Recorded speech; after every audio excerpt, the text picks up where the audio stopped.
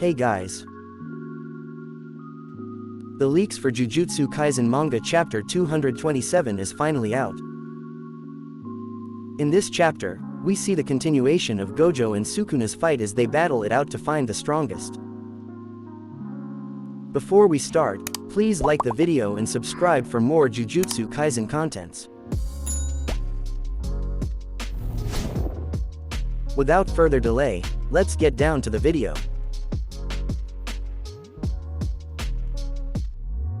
The chapter starts with Kusakabe not understanding the mechanism behind healing cursed technique through reversed curse technique.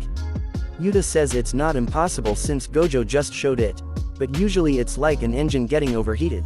One has to wait until it's cooled down to reuse.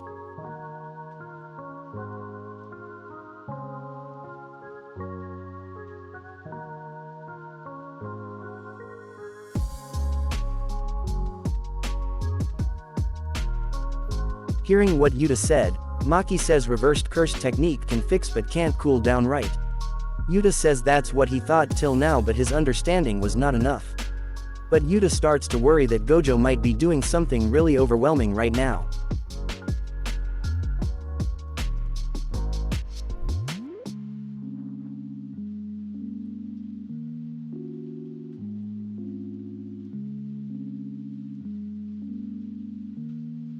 The scene switches to Sukuna and Gojo. Sukuna once again uses his domain expansion, Malevolent Shrine, and expands it to its full extent.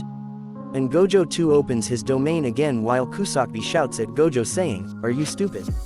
What are you thinking?"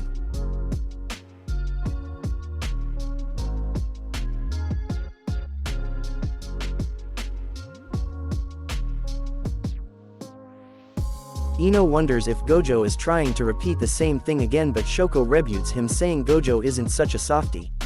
Higuruma notices that Gojo has switched the conditions of the inside and outside of the domain, meaning that Gojo's barrier is now strong against the attacks from the outside. Kusakabe whines wondering how can Gojo switch up the conditions of the domain so easily.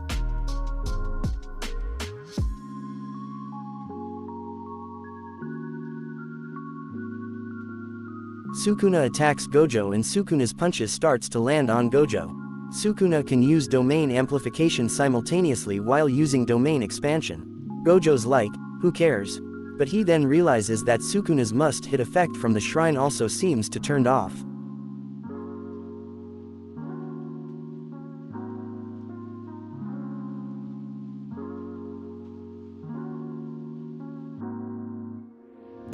Kenjaku explained that the people who doesn't get affected by Gojo's infinite void are Gojo himself and the person he's touching.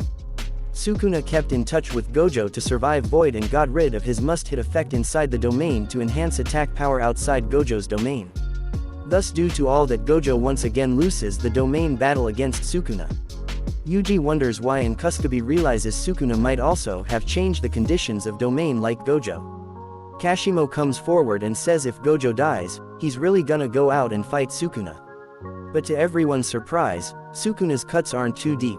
Kusakabe tells everyone that it's due to falling blossom emotion, a secret anti-domain technique passed down in Big Three families. Gojo tells Sukuna he had learned it when he was a kid but hadn't used it so far.